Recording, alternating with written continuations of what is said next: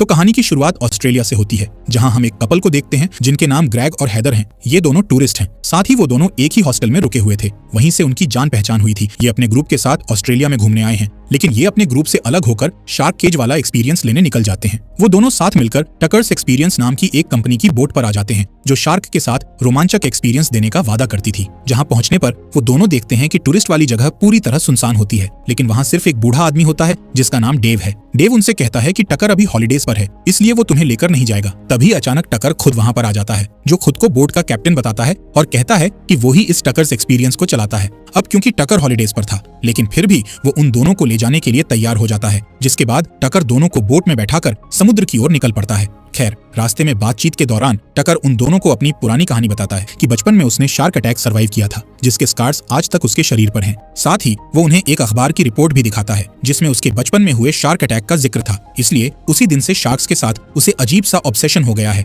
हैदर कहती है कि ये जॉब तुम्हारे लिए कितनी टफ होती होगी। मैं समझ सकती हूँ, क्योंकि तुम शार्क अटैक से बचे थे। इसके बावजूद फिर भी शार्क्स के बीच में ही काम करना पड़ता है। तुम्हारे लिए ये तो बहुत डरावना एक्सपीरियंस होगा। मैं होती तो दोबारा कभी पानी के पास ही न जाती। पर टकर उसे कहता है कि वो शार्क की गलती नहीं थी, जिसके बाद वो पानी में खून डाल देता है, जिससे वहां पर काफी सारी शार्क्स आ जाती हैं। अब डाइव करने का समय आ चुका था, इसलिए टकर हैदर और ग्रेग को एक लोहे के पिंजरे में बंद करके धीरे धीरे पानी में उतारता है। चारों ओर शार्क तैर रही थी, जिसे देखकर हैदर घबराकर ग्रेग का हाथ पकड़ लेती है और धीरे धीरे खुद को संभालते हुए उस रोमांचक पल का मजा लेने लगती है। इतने करीब से शार्क को देखकर और ये जानकर कि शार्क्स अग्रेसिव नहीं होती, उन्हें काफी मजा आता है। खैर, अब हंसते खेलते वो दोनों वापस बोट पर आ जाते हैं और टकर को थैंक्स बोल ही रहे होते हैं कि तभी टकर ग्रेग के गले में चाकू मारकर उसे वापस पानी में फेंक देता है। हैदर चिल्लाती रहती है, लेकिन इस बीच समंदर में उसकी चीख को सुनने वाला कोई नहीं होता। यहाँ से सीन शिफ्ट होता है और हमें एक अमेरिकन लड़की जफर को दिखाया जाता है, जो सर्फिंग करने के बाद गोल्ड कोस्ट के पास एक दुकान में पहुंचती है। वहीं उसकी मुलाकात मोजेस नाम के एक रियल एस्टेट एजेंट से होती है, जो अपनी कार के लिए एक जरूरी केबल ढूंढ रहा था,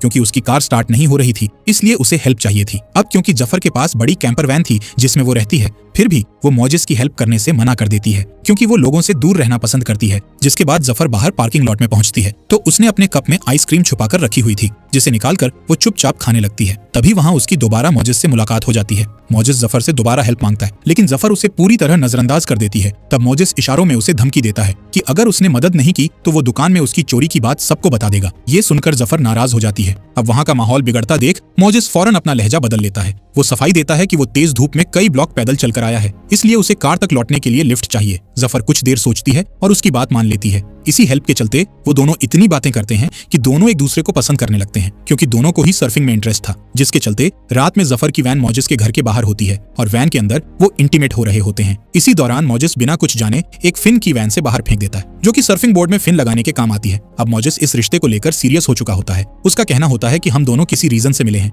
इसलिए हमें साथ रहना चाहिए। लेकिन जफर एक जगह रुकने वालों में से नहीं थी। वो मोजेस के घर के अंदर तक नहीं जाती, जबकि मोजेस उस पर दिल से फिदा हो चुका होता है और उसके लिए खाना तक तैयार कर रहा होता है। लेकिन जब तक मोजेस पैनकेक बनाकर लाता है, तब तक जफर वहां से जा चुकी होती है, जिससे मोजेस काफी दुखी हो जाता है। इसके बाद जफर सर्फिंग करने एक बीच पर जाती है, जहां वैन पार्क करने के बाद उसे अपने सर्फ बोर्ड में फिन की लगाना था, लेकिन फिन की उसके पास नहीं थी, क्योंकि वो तो मोजेस ने बाहर फेंक दी थी। वहीं पास ही में एक ट्रक खड़ा था। जफर उस ट्रक में से फिन की ढूंढने लगती है, तभी उसे किसी के कदमों की आवाज सुनाई देती है। जैसे ही वो पीछे मुड़कर देखती है, तो सामने टकर खड़ा होता है, जो मुस्कुराते हुए उसकी तरफ देख रहा होता है। टक्कर बिना कुछ पूछे उसे एक फिन की दे देता है और कहता है कि उसके पास ऐसी कई फिन कीज हैं। साथ ही वो जफर की अकेले सर्फिंग करने की हिम्मत की तारीफ भी करता है। इसके बाद जफर उसे थैंक्स बोलती है और अपने सर्फ बोर्ड को ठीक करने लगती है। उसी समय मोजेस जफर को खाने की एक फोटो भेजता है और मैसेज करता है कि क्या वो उसके साथ सर्फिंग पर चलना चाहेगी। लेकिन इससे पहले कि जफर कोई रिप्लाई कर पाती, पीछे से टकर आकर उसे बेहोश करके अपने साथ ले जाता है। बहुत लंबी ड्राइव करने के बाद वो अपनी बोट तक पहुंचता है। फिर जफर को बोट में डालकर समंदर में कहीं निकल जाता है। सुबह तक मोजेस भी बीच पर पहुंच चुका होता है, लेकिन जफर उसे कहीं भी दिखाई नहीं देती। फिर वो उसका फोन ट्राई करता है, लेकिन फोन भी वैन के अंदर बज रहा होता है। टक्कर चालाकी दिखाते हुए जफर का सर्फ बोर्ड वैन में से निकालकर फेंक देता है, लेकिन फोन छोड़ देता है, ताकि ऐसा लगे कि जफर सर्फिंग करने गई थी और पानी में ही डूब गई होगी। उधर जफर की आंख खुलती है तो वो बोट के नीचे वाले रूम में होती है, जहां उसे एक बेड से बांधा गया था और साथ वाले बेड पर बंधी हुई होती है हैदर, जिसे हमने कहानी की शुरुआत में देखा था। यानी वो अब भी जिंदा होती है। जफर घबराकर चिल्लाने लगती है, लेकिन इस बीच समंदर में उसकी चीख सुनने वाला कोई नहीं होता। हैदर उसे समझाती है कि मैंने बहुत कोशिश की, लेकिन यहाँ समंदर में हमारी आवाज सिर्फ हम तक ही आती है। साथ ही वो बताती है कि वो खुद यहाँ बहुत समय से फंसी हुई है। ये सुनकर जफर और भी ज्यादा घबरा जाती है। जफर हथकड़ी खोलने का कोई सामान ढूंढने लगती है, लेकिन ऐसा कुछ भी उनके आसपास नहीं होता। इसी बीच जफर की नजर दीवार पर पड़ती है, जिस पर एक लड़की का नाम लिखा होता है। उस नाम को देखकर जफर कुछ देर के लिए सुन्न रह जाती है, क्योंकि उसे पता चल जाता है कि यहाँ पहले भी किसी लड़की को कैद किया गया था जिसने उम्मीद हारकर दीवार पर अपना नाम लिखा होगा। जब उसे यकीन हो गया होगा कि अब वो नहीं बच पाएगी, उधर टकर आराम से डेक पर बैठकर मछली पकड़ रहा होता है। इसी बीच जफर हैदर से पूछती है कि क्या तुम्हें कोई ढूंढने आएगा। हैदर बताती है कि मेरे साथ एक लड़का था इसी बोट पर, लेकिन उसके साथ क्या हुआ ये तुम जानना नहीं चाहोगी। पर जफर उसकी बातों से ही समझ चुकी होती है कि उसके साथ क्या हुआ होगा। फिर हैदर वही सवाल जफर से पूछती है। जफर हल्की मुस्कान के साथ उदासी छिपाते हुए कहती है कि मुझे भी कोई मिस नहीं करेगा। लेकिन जफर को ये नहीं पता होता कि मोजिस अब भी उसके बारे में सोच रहा था। जब मोजिस देखता है कि जफर की वैन बीच से टो की जा रही है तो उसे शक होता है कि जरूर कुछ गड़बड़ है, क्योंकि वो वैन ही जफर का घर है। उसके बिना वो कहीं नहीं जाती थी। इसलिए मोजिस सीधा पुलिस स्टेशन पहुंचता है, क्योंकि अब उसे जफर की चिंता होने लगी थी। लेकिन वहां मौजूद पुलिस वाला बात को गंभीरता से नहीं लेता। वो कहता है कि वो तो एक घूमती फिरती सर्फर है, शायद कहीं घूमने निकली होगी। ये सुनकर मोजिस खुद ही जफर को ढूंढना शुरू कर देता है। दूसरी ओर जफर पूरा दिन हाथ पैर मारती रहती है, लेकिन वो फ्री नहीं हो पाती। फिर रात में उसका ध्यान हैदर की बिकिनी पर जाता है, जिसके अंदर एक पतला सा वायर होता है। जफर वो वायर निकालकर हथकड़ी खोलने की कोशिश करने लगती है। तभी टकर उन दोनों के लिए ब्रेड और पानी लेकर आ जाता है। वो रूम बहुत गर्म होता है, जिस वजह से दोनों के गले सूख रहे थे। हैदर जल्दी से पानी पी लेती है, लेकिन जिस तरह से वो खुद को ढक रही थी, टकर को शक हो जाता है। टकर चादर हटाने ही वाला होता है कि जफर उसका ध्यान अपनी तरफ खींचने के लिए कहती है, मेरा खाना मुझे दे दो, जिसके बाद वो भी पानी पी लेती है। थोड़ी देर बाद टकर वहां से चला जाता है और जफर फिर से हथकड़ी खोलने की कोशिश करने लगती है, लेकिन तभी उसके ऊपर बेहोशी छाने लगती है, क्योंकि टकर ने पानी में बेहोशी की दवा मिला रखी थी। इससे पहले कि वो खुद को आजाद कर पाती, टक्कर उसे पकड़ लेता है और जब जफर की आंख खुलती है तो वो खुद को डेक पर एक चेयर से बंधा हुआ पाती है। टक्कर ने हैदर को भी एक हार्नेस पर बांध रखा था। सामने एक कैमरा सेट किया हुआ था, सब कुछ रिकॉर्ड करने के लिए, और इस पूरे सीन को वो अपना शो कह रहा था। टक्कर अजीब स्पीच देना शुरू करता है। वो शार्क की तारीफ करते हुए कहता है कि शार्क दुनिया की सबसे ताकतवर प्रजाति है और गॉड ऊपर नहीं बल्कि नीचे है, पानी में, जहां से सब कुछ शुरू हुआ था और वहीं पर सब कुछ खत्म भी होगा। इसके बाद टक्कर हैदर के कुछ बाल काटकर अपने पास रख लेता है। फिर वो पानी में खून डालता है, जिससे वहां बहुत सारी शार्क्स आ जाती हैं। फिर वो हैदर को पानी में छोड़ देता है। पानी, हैदर की छटपटाहट और खून की वजह से शार्क्स उस पर टूट पड़ती हैं और उसे मार देती हैं। ये पूरा सीन टक्कर कैमरा में रिकॉर्ड कर लेता है। जफर ये सब अपनी आंखों से देख रही होती है और पूरी तरह दहशत में आ जाती है। कांपते हुए वो अपना और हैदर का नाम नीचे दीवार पर लिखने लगती है। तभी वो नोटिस करती है कि दीवार पर सिर्फ एक नाम नहीं बल्कि बहुत सारी लड़कियों के नाम लिखे गए थे, जिन्हें बाद में पेंट करके छुपा दिया गया था। यानी टक्कर सिर्फ एक साइको नहीं बल्कि एक सीरियल किलर भी है, जो कई टूरिस्ट लड़कियों की जान ले चुका है। इसका सबूत उसके पास रखी हुई वीडियो टेप्स का कलेक्शन था, जिनके साथ उन लड़कियों के बाल भी रखे हुए थे। अब इनमें एक नई टेप जुड़ चुकी थी, हैदर की, और अगली टेप बनने वाली थी जफर की। अगली सुबह हम हैदर का बचा कुचा हिस्सा पानी में तैरते हुए देख पाते हैं, जो काफी डरावना लगता है। उधर मोजिस अब भी जफर की तलाश में बीच पर भटक रहा होता है।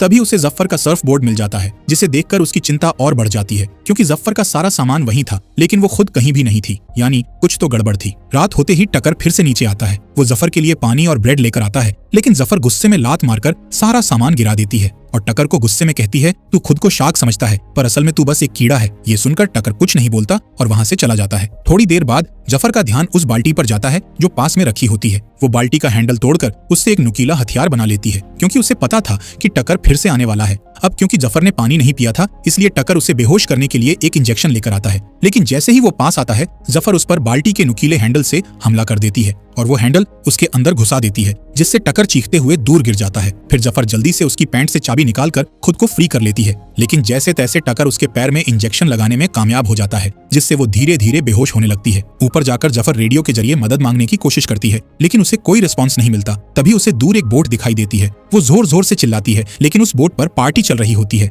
और उसकी आवाज वहां तक नहीं पहुंच पाती। इतने में टक्कर भी ऊपर आ जाता है। जफर उसका कैमरा उठा लेती है, जिसे टक्कर उससे वापस मांगता है, लेकिन जफर गुस्से में वो कैमरा पानी में फेंक देती है और इसी प्रोसेस में वो खुद भी पानी में गिर जाती है। वो इस उम्मीद में तैरती है कि शायद वो सामने वाली बोट तक पहुंच जाएगी, लेकिन बीच में ही बेहोश हो जाती है। टक्कर उसे पानी से बाहर निकालकर वापस बोट में ले आता है और उसे फिर से नीचे कैद कर देता है। अब क्योंकि उसके पास कैमरा नहीं होता, इसलिए वो रिकॉर्डिंग नहीं कर सकता। इस वजह से वो जफर को मारने का प्लान टाल देता है और सोचता है कि पहले उसे एक नया कैमरा खरीदना होगा। इसलिए वो बोट लेकर वापस किनारे की ओर निकल जाता है, लेकिन जाते जाते वो जफर को फिर से बोट के अंदर बंद कर जाता है। दूसरी तरफ अब पुलिस भी जफर की तलाश में जुट जाती है, लेकिन मोजिस को अब भी चैन नहीं होता। वो बीच की पार्किंग वाली सीसीटीवी फुटेज चेक करता है। उसे फुटेज में जफर की वैन के बाद टक्कर का ट्रक दिखता है, जिस पर टक्कर्स एक्सपीरियंस का लोगो भी होता है। ये देखकर मोजिस थोड़ा सर्च करता है और उस जगह का एड्रेस निकालकर बोट तक पहुंच जाता है, जैसे ही वो बोट पर चढ़ता है उसे नीचे से जफर की चीखने की आवाज सुनाई देती है। वो तुरंत ब्रेक इन करता है और नीचे पहुंचता है।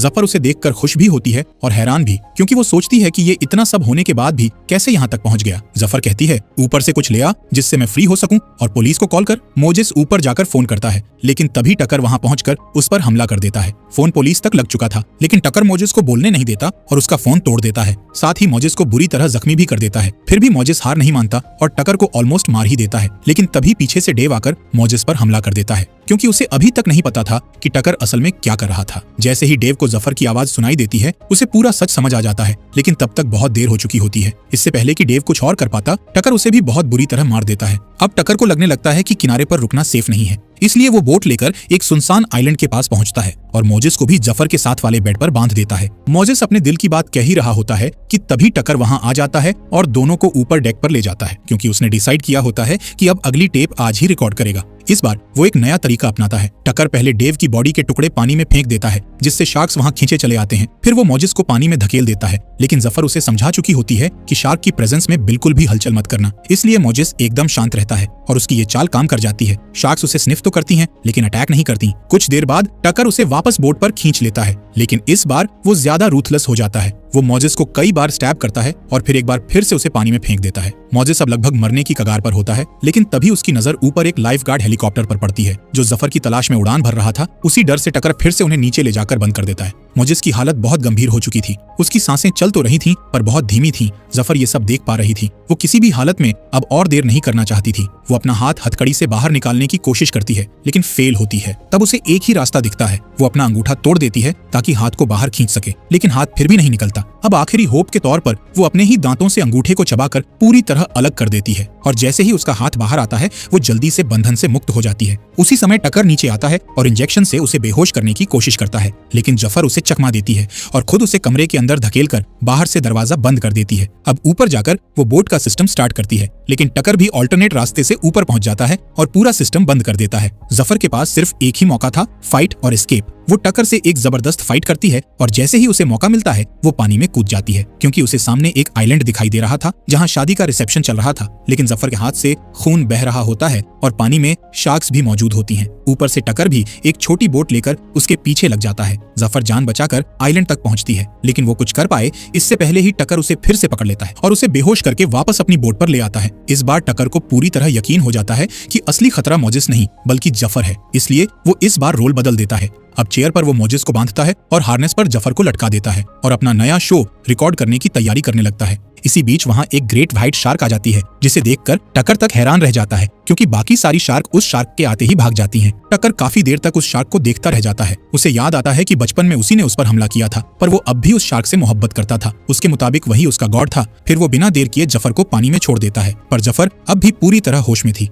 टकर एक हार्पून उठाता है ताकि वो शार्क को उकसा सके, लेकिन वो हार्पून उसके हाथ से छूटकर जफर के पास पहुंच जाता है। जफर उसी हार्पून से खुद को फ्री करती है और पानी में गिर जाती है, जहां उसकी नजर शार्क पर पड़ती है और वो एकदम पास से उसे देखती है। शार्क उसकी तरफ आती जरूर है, लेकिन कोई नुकसान नहीं पहुंचाती। शायद उसे भी जफर में कुछ अलग दिखता है। वो भी एक सर्वाइवर थी जैसे वो खुद था। जफर को और भी हिम्मत मिलती है। वो दोबारा बोट पर चढ़ती है और टकर से एक जबरदस्त फाइट करती है। टकर ताकतवर होता है और जफर को ऑलमोस्ट दबोच ही लेता है, लेकिन तभी पीछे से बुरी तरह जख्मी मोजेस आ जाता है और टकर के सिर पर एक लोहे की रॉड से वार कर देता है। टकर का संतुलन बिगड़ जाता है और वो डेक से सीधे पानी में गिर जाता है। पानी में गिरते ही टकर के जख्म से खून बहने लगता है और खून की गंध से वो सभी शार्क्स, जिन्हें वो अब तक अपना गॉड समझता था, उसकी तरफ खींची चली आती हैं। टकर डर के मारे चिल्लाने लगता है, लेकिन किसी ने उसकी नहीं सुनी। कुछ ही सेकंड में वो सब शार्क्स उस पर टूट पड़ती हैं और टक्कर को बुरी तरह नोच नोच कर मार डालती हैं। जिस तरह उसने अब तक लड़कियों की टेप्स रिकॉर्ड की थी, अब उसकी मौत का लाइव शो चल रहा था, लेकिन अब कोई उसे देखने वाला नहीं था। वहीं दूसरी तरफ जफर फ्लेयर गन उठाकर हवा में फायर करती है।